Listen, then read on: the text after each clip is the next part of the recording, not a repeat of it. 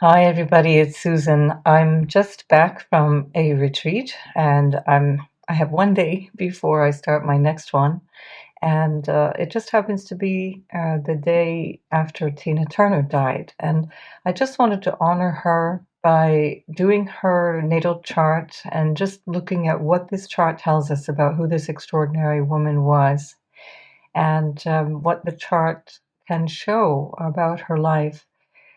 Um, Where to begin? What an extraordinary person she was. What jumps out in the chart is that Pluto is in the first house, and this is especially something important for people who have Pluto moving through the first, or natally with Pluto in the first. It can feel really daunting, but you can see, how she manifested this by being an incredibly powerful person and reinventing herself again and again and again. And this is really Pluto in the first house. So that whole generation of Pluto in Leo is really about self-expression. It's about radical self-expression. This was that generation, that what we could describe as the sort of 50s and 60s generation, that really turned Western society, at the very least, on upside down, and allowed people to really literally let their hair down and express themselves in ways that had not been acceptable socially up to that point. And to a certain extent, a much more limited extent, the same was happening in Asia, South Asia, and Africa. That may have been a more modest, less obvious manifestation of that. But nonetheless, this is that Pluto in Leo generation. Now, we're going to have to get used to saying goodbye to a lot of this generation, because this is the time now that we're going to be seeing many of them leaving. Pluto is in fact in opposition. I'll just pull up the transits here. So here I've got her transits. I have no idea when she passed, and I don't at all do any sort of predictive astrology around death. I think that's not at all a useful or helpful way to use astrology. But we can really see how her chart is aligning with the recent transits. And so I've used an 8 p.m. time. So she passed in Switzerland. I'm using an 8 p.m. time. I'm not in Brussels, but I'm using that time anyway. That's what my computer program is set to. And you'll notice that Pluto had just begun its opposition, so it was not up to an exact opposition. I prefer to give it 2 degrees, but it was almost at the 2 degree point of opposition earlier in the spring. And at the time of her death, so I'm guessing it was something around 8 p.m. The announcement came something around 9:30 p.m. or something like that in European time. And so we've got Mars coming up to an exact conjunction of her natal Pluto, and the moon right there as well in the first house, and then both, of course, opposing Pluto by transit. Venus is on Chiron. We've got Black Moon Lilith on the ascendant, and where she's got an exact return of Uranus. So the Sun is also in all coming up to an exact opposition to her natal Sun. So I'm not suggesting anything by all these things. I'm just noticing these are really fascinating aspects in a chart at the time of someone's death. We know she was somebody who had a very strong spiritual practice. We have Neptune coming up to an exact within later this year. Neptune will be conjunct that Jupiter, and she would have had her Neptune opposition in the months leading up to this. And then, quite importantly, Saturn is in a T-square with her natal Sun and Moon opposition. So she was born just shortly after a full moon, and so that Saturn is in a T-square to the Sun and Mercury conjunction and her natal Moon. And so there we are. So, and it would have just also conjunct the Mars. Let's come away now from the transits, and I want to look at her natal chart. I was a child of the 60s and 70s, teenager in the late 70s and 80s, and she was just everywhere. And most importantly, she was somebody who really stood out in so many different ways. And this is really let's call it the dharma of someone with a Leo ascendant, but it doesn't come easily often. It comes with a lot of responsibility and lessons. Leo is about leadership, it's about being seen, it's about self expression. And we do have the ruler in the fifth house where it's very happy, in Sagittarius, where it is ruled by Jupiter. And so that becomes the final dispositor because Jupiter is in Pisces in the sign that it rules in the eighth house. I'll come back to that in a moment because that's really a significant energy. But this Sun combination with the ascendant, so Sun in Sagittarius and ascendant in Leo combination, is not an easy one in terms of what the parents were probably going through when she was born. Very often we see that there is some kind of challenge or a desire not to have a child when we see this combination. There's one or the other, or even potentially both parents who do not want to have this child, and and so there can be some struggles with again one or the other of the parents, or potentially both. And I think in her case, there was quite a lot of difficulty with both parents. Both parents left her, and she came into a more complex relationship with her mother later in life. As a teenager and a young woman, her mother came back and forth into her life, but she was pretty much left to be raised by other people.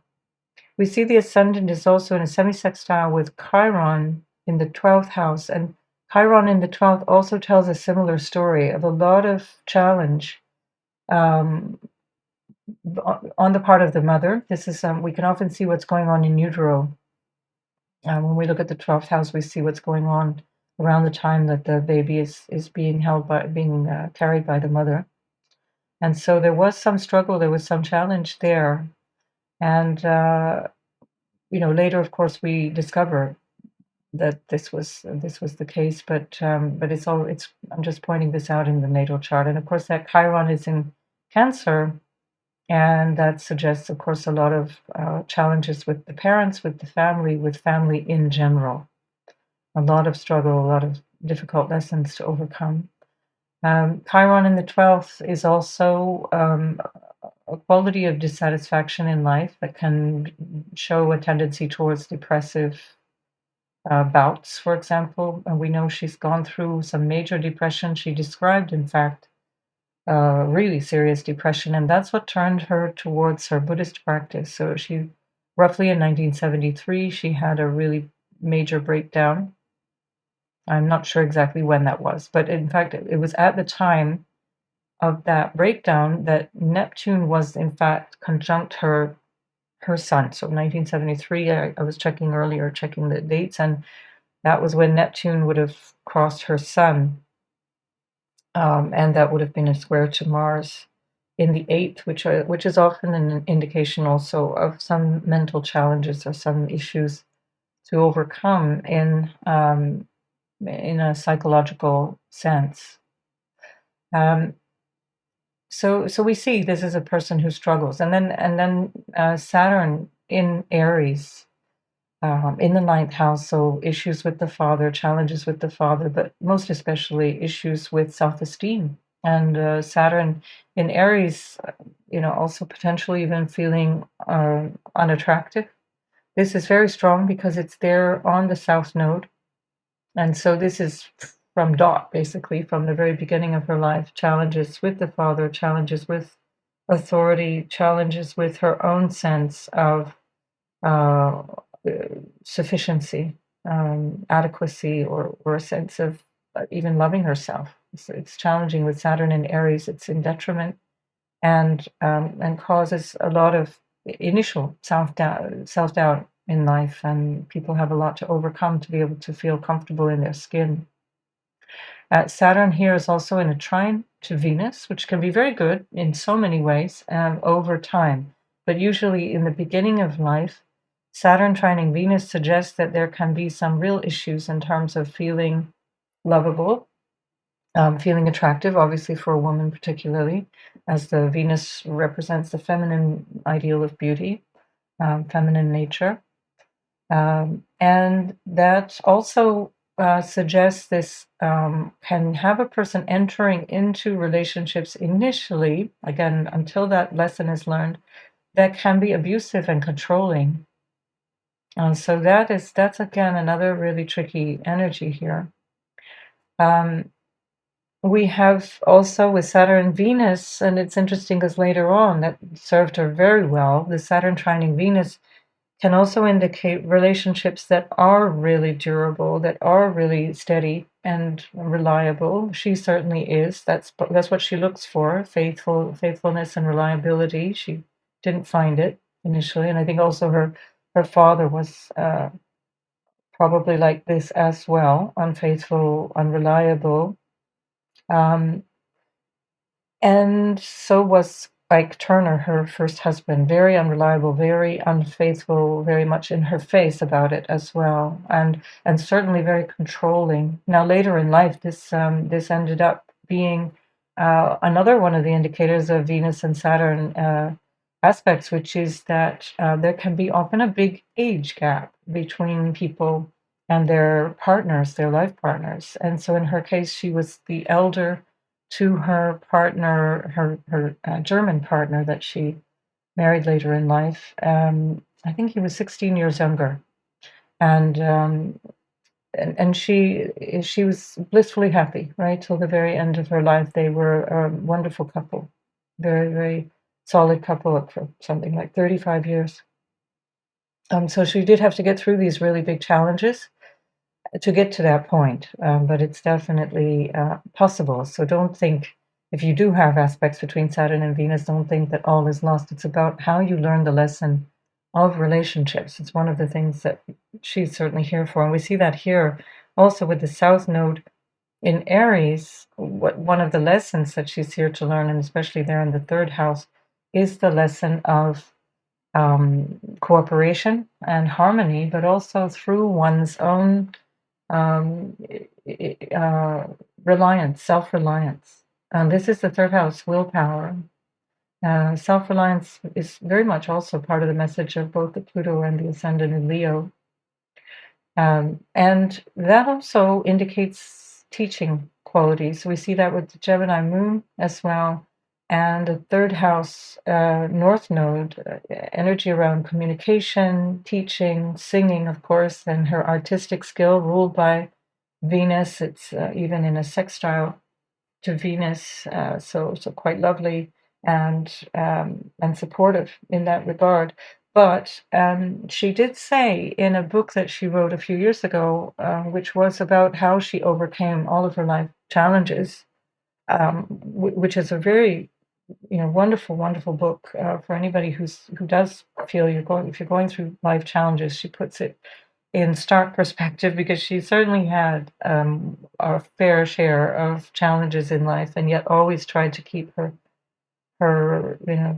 optimism and cheerfulness, which is all this Sag energy there too, and that Gemini moon. But interestingly, she said she always wanted to be a teacher. And that's fascinating, isn't it? Because fifth house is also teaching. So it's creativity, children, and so on. We saw that, she had two of her own biological sons, and she adopted Ike Turner's two sons, and eventually ended up raising them as a single mother after their marriage broke down in very difficult circumstances with no money. And this is that Neptune in the second house. Neptune on top of that is squaring Venus. But so it's that third house is interesting because third house communication, self-expression, and willpower, and skills, and talents, and so on. That North Node is coming towards that, and it feels like I was wondering about that piece about teaching, because of course she's the entertainer and communicator par excellence, but just the teaching aspect came out in that book where she said, I had always wanted to teach. So I thought, oh, thank you, bingo, we got a full card now. And so here we have the Neptune and Venus square, which indicates also that there's confusion around this North Node, which is ruled by the Venus, in terms of being deceived.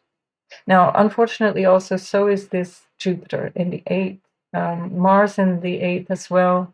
Issues around money in shared resources that often create some challenges, particularly in marriage situations, but also potentially in business issues with other people. Can later on you can acquire a great skill in negotiating and so on, but it's not easy, and that Mars is squaring Mercury, so that adds to the problem of being tricked potentially, or not having good solid having difficulties with contracts, for example, and in this case a marriage particularly.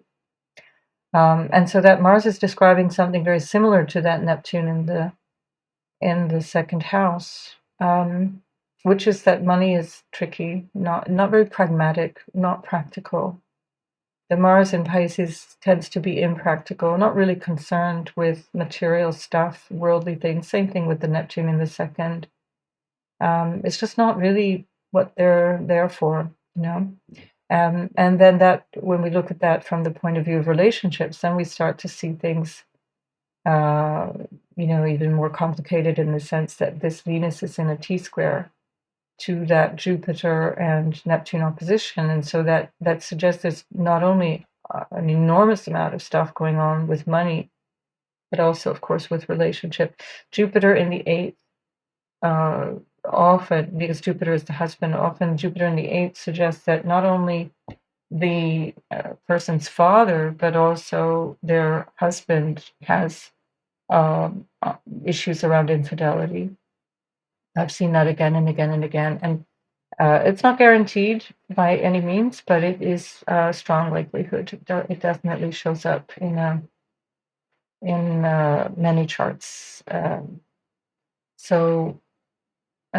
then that Jupiter squaring Venus, that can also be a bit self-indulgent, or it can be where, again, it's kind of like a weighted, like, don't worry, it'll be fine. It's all going to be fine. It'll all be grand. That's kind of that Mars in Pisces attitude as well, which, of course, that wishful thinking, or this potential for being overly self-indulgent, can get a person into big trouble.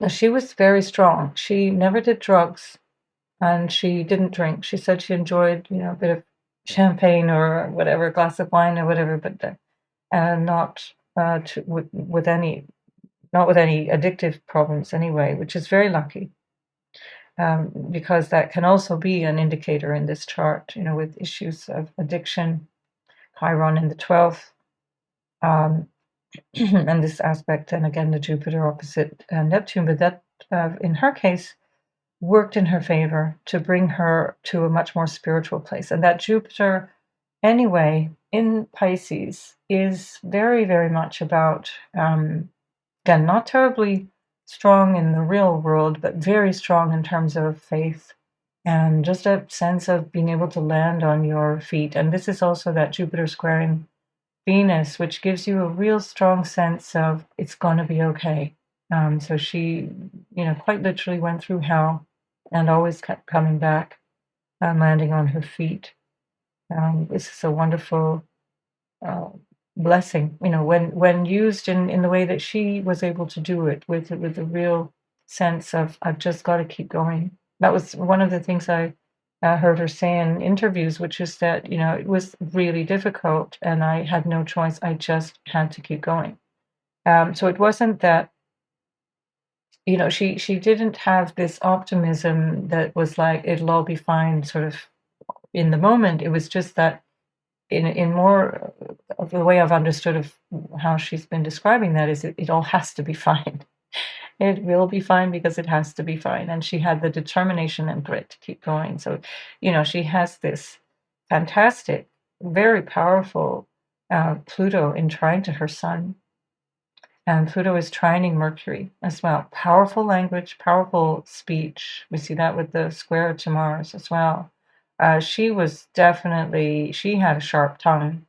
She was not, I think perhaps many of the interviews people saw were of her later in life. And so I'd say she was, pretty hard going. She has another strong connection between Mars and the Moon and Gemini. ruled by that Mercury, which is opposing it. It's a T-square, which combines the sun as well. That's not that's not a wallflower, that's somebody who will stand up for themselves and deal with whatever needs to be dealt with, but she can give as good as she gets. And so, uh, the energy of self-assertion and sort of aggression, that fine balance is what we need to learn there with the moon squaring Mars, and certainly with Mars squaring Mercury, Sun. Which she certainly did again learn. And so I think, one of the great lessons with Jupiter in Pisces is humility, and Jupiter in the eighth, in the house of sudden unexpected happenings. This is also with the Mars there, sudden unexpected, very intense events can happen. This is also the Pluto in the first house. Especially the Pluto as it's trining the sun, lots of personal things that go on that constantly require a new approach to life. And this also happens to be, if we count in Eris here, that's creating a trine. That's a grand fire trine. That's huge. So we see how she showed up in terms of her own courage and strength in so many ways. And then in terms of how the career showed up for her, of course, the Venus ruled midheaven is someone who's in the creative arts, and or anything to do with appearance and beauty and so on. And so that was her in all her glory. We also have, of course, Uranus. It's a broad conjunction, so 9 degrees off, kind of 8.5, 9 degrees off. And so that's a broad conjunction, but still really worth pointing out, so that Uranus on the midheaven is doing things differently. Certainly that shows also the upsets with finances and a very varied career. So Uranus in the 10th, especially connected to the midheaven, will always suggest that career is going to be changeable, to say the least. So of course that was the case, right? She showed up as a singer, but also as an actress. And so she was in a couple of films. I remember when I was growing up, her as the acid queen in Tommy. She just played that so well. She was just amazing. And here, let's talk about this moon, because this is, all this optimism here, Sagittarius, and the cheerfulness of this moon kind of easily can, let's say, cover up what is not necessarily comfortable, which is a full moon. So people who are born around a full moon, and then on top of that, the ruler of the moon in opposition, retrograde, that's tricky. It can cause some real deep internal turmoil. A full moon can often have a person finding it difficult to harmonize what they need inside, or what they want and what they desire, and the outer world that they have to deal with. So that balance is tricky. It's hard to maintain. And it's a juggle. It's a constant juggling act. And so the 11th house being hopes and wishes and dreams. What do I want? This would indicate that the mother was also, Tina Turner's mother was also aiming for something else and not wanting to be a mother, wanting something else out of her life. We see also with this very active fifth house, not only the creative energy and the sexual energy as well, very personally represented there, because that Venus on top of that is ruled and squaring Jupiter from the 8th, which again adds to this kind of sexual energy. Mars squaring the Sun, very sexy woman, very, very dynamic, outgoing, very proudly sexy. This is the ruler of the ascendant. And yet there's turmoil, there's this conflict between what do I want and what do I need to do. And that fifth house, of course, is children as well. So having 4 boys that she took responsibility for and raised. So children were huge in her life, a very, very big part of her life. It's a tall order, it's a difficult balancing act, and she credits her Buddhism, she credits her spiritual practice and her awareness of what you could describe as truth in terms of, this is the Sagittarian energy of seeking, being a seeker. Saturn in the ninth house, initially disappointment with one's own religion, disappointment with one's own sort of familial or the original philosophy, disappointment with people. We see that with Saturn in the trine to Venus, as well as the moon in the 11th, being betrayed and disappointed by friendships potentially opposite the ruler in its full in retrograde. So all those disappointments, she learned how to manage. She learned how to deal with all of those things through her spiritual practice. And that's Sagittarius, right? It's what do I believe? And the ninth house, what's my purpose? And so mastery, so the Saturn in Aries becomes self-mastery. And this is, I think, something she accomplished in an incredibly strong way. Now that moon in the 11th is also a significator for female friends or friends in general. And if the rest of the chart supports it, and this one does, also fame. And so moon in the 11th shows a person has a certain amount of fame. And particularly because that connects us through the opposition to the sun and the ruler of the moon back to the ascendant, because that sun is ruling the ascendant. So we want to see a number of things that would indicate fame. It's not enough to just have a moon in the 11th house. Moon in the 11th house can also represent friends in general. It doesn't have to require any kind of publicity around that or any fame. But in her case, she definitely had that. She had fame. What was she famous for? Well, everything to do with Gemini stuff, everything to do with expressing her voice, expressing her thoughts, her music. Gemini brings the skill as well, the talent. And so with that moon in the 11th, she had a lot of support, a lot of friendly support, particularly from very close women friends. Oprah Winfrey was a very good friend of hers. Oprah Winfrey's moon is conjunct Tina Turner's sun. So that's an almost exact conjunction by within a half a degree. So they were really close. They just got each other. They were really close, very sweet. And Mick Jagger was somebody who really helped her a lot.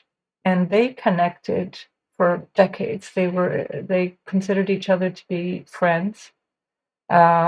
When things were going wrong for her, people like Mick Jagger and other famous rock and rollers brought her towards the limelight. She was already with Ike and Tina Turner, like the duo she had with her husband Ike. She was already touring with the Rolling Stones by the end of the 60s. And so this is the bond. Look at that. Sun conjunct Pluto, which is an intense, lasting bond. It's something that transforms a person. Jupiter is also conjunct that Pluto. And of course, generationally, they have the same Pluto in a different degree. And then, very importantly, the North Node on the ascendant. This is a very interesting relationship when the nodal axis lines up with some very important points. And then, of course, when we combine that, this is very karmic stuff. And so what are we talking about? North Node for Mick Jagger and the ascendant for Tina Turner. One of the things that Mick Jagger said was, she taught me how to dance. He said he copied her. And his whole thing about strutting around and prancing around on stage, he said he got from her. That was her signature. That was her dancing, by the way, it's fifth house. She was super into dancing. It's all fifth house stuff. And Uranus conjunct her natal moon. And then his Mars is conjunct her midheaven. So really interesting connections there. They're generationally, they have the same kind of Neptune. It's not exactly the same, but his Neptune is a few degrees off hers, but same. So I just wanted to highlight that because it just shows you how people are influenced by Tina Turner, and in a very, very powerful and lasting way. just extraordinary, and he acknowledged that. Acknowledged that even many years ago, that she was the influence. She influenced so many stars and performers of all kinds. What else would I like to say about this chart? I just feel I just wanted to honor her, this extraordinary woman. From a social point of view as well. She came at a time where it was very shameful to talk about spousal abuse. People were not really doing it. It was considered to be taboo. You would not talk about it. Well, here we have Mars and Jupiter, Jupiter very powerfully ruling that sun, and that sun ruling the chart. So let's break those taboos. Here we have a really strong T-square, Mars, Sun, Moon. There's nothing stopping this person. She's just got bags and bags of energy. And so that was the other thing also to point out here, is she's just known for her energy. Look at this really powerful fifth house, Jupiter ruled. People with a lot of Sagittarius energy, they just don't sit down. And then if you combine that with a square to an equally Sagittarius ruled Mars, that's a lot of energy. That's a lot of vibrancy.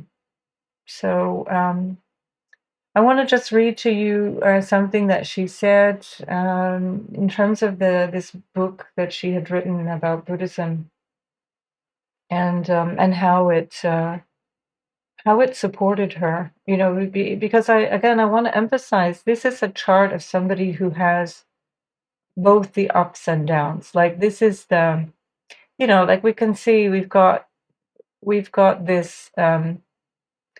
Jupiter is out of sign, but it's a trine to Pluto. We've got Jupiter squaring Venus. These are like go big or go home kind of attributes. And then same thing with the ascendant combination, the Leo ascendant and the Sagittarius sun. It's like this runs in the family too. It's like winner takes all, or it's like it's either you win it all or you lose it all. There's no in between. And you have to just kind of give it your all, and that comes with an enormous amount of challenge and letdown. And so this is part of the other aspect of this, is that she had to show up, and showing up is also part of the remedy of literally not being seen by her parents. This is very strong. It's like being afraid to not be noticed, not be seen. And so if you have this aspect, if you have the Leo ascendant and the Sun in Sagittarius, you're here to be seen. Don't let anybody say to, go hide in your corner. You're definitely here for that, and possibly also through some real difficulties. But anyway, coming back to her message, despite all that challenge, there is also within the same aspects this incredible inspiration. Fire signs are all about inspiration, and especially that trinal first, fifth, and ninth house. That's good fortune. She did have quite a lot of good luck.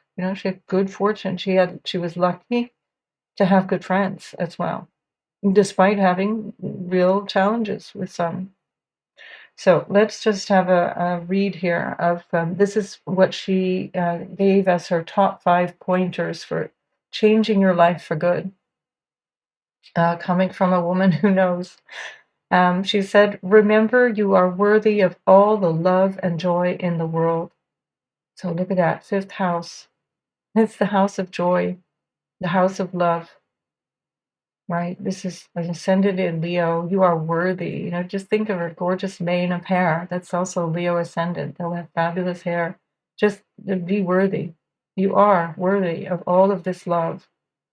And let go of the past. This is that Chiron in the 12th. Overcome the pain. Understand it. Overcome it. Work through it. And let go. By the time she had her Chiron return, around the age of 50, 51, she was just born again. She was totally vibrant, and it's not only, of course, because of that, but that was the one milestone there. So let it go, let it all go. And don't compare yourself with others. Leo ascendant, Leo anything, you're not here to compare yourself. You're here to be uniquely yourself. So definitely don't compare yourself with others, and just try to become a better version of yourself every day. So look at that. I mean, can you think of a better way of describing this natal chart? It's like Leo ascendant with Pluto in the first house saying, just change yourself, change it, get over it, move on. And then the eighth house, same thing, transition, change. And that eighth house, Jupiter in Pisces ruling her sun, which is ruling the ascendant. It's just wonderful. Just exactly. Become a better version of yourself each day. That's literally her chart summed up. And then never seek lasting happiness in externals, because happiness is actually found within you. So again, this is the fifth house, house of happiness, fourth house, house of what will make you feel secure, make you feel happy. It is that ruled by that Mars, which is in the eighth house of partnerships, shared resources, marriage. And again, it's not to say that she's seeking the externals, but also to say that that eighth house is unconscious, and it's also occult, and it's also deep spiritual practices, which is also what Saturn is asking her to master after initial, discomfort and initial bumpy road. Saturn is also in conjunct Neptune, which is another way of describing a bumpy road on the spiritual path, but you eventually can get there.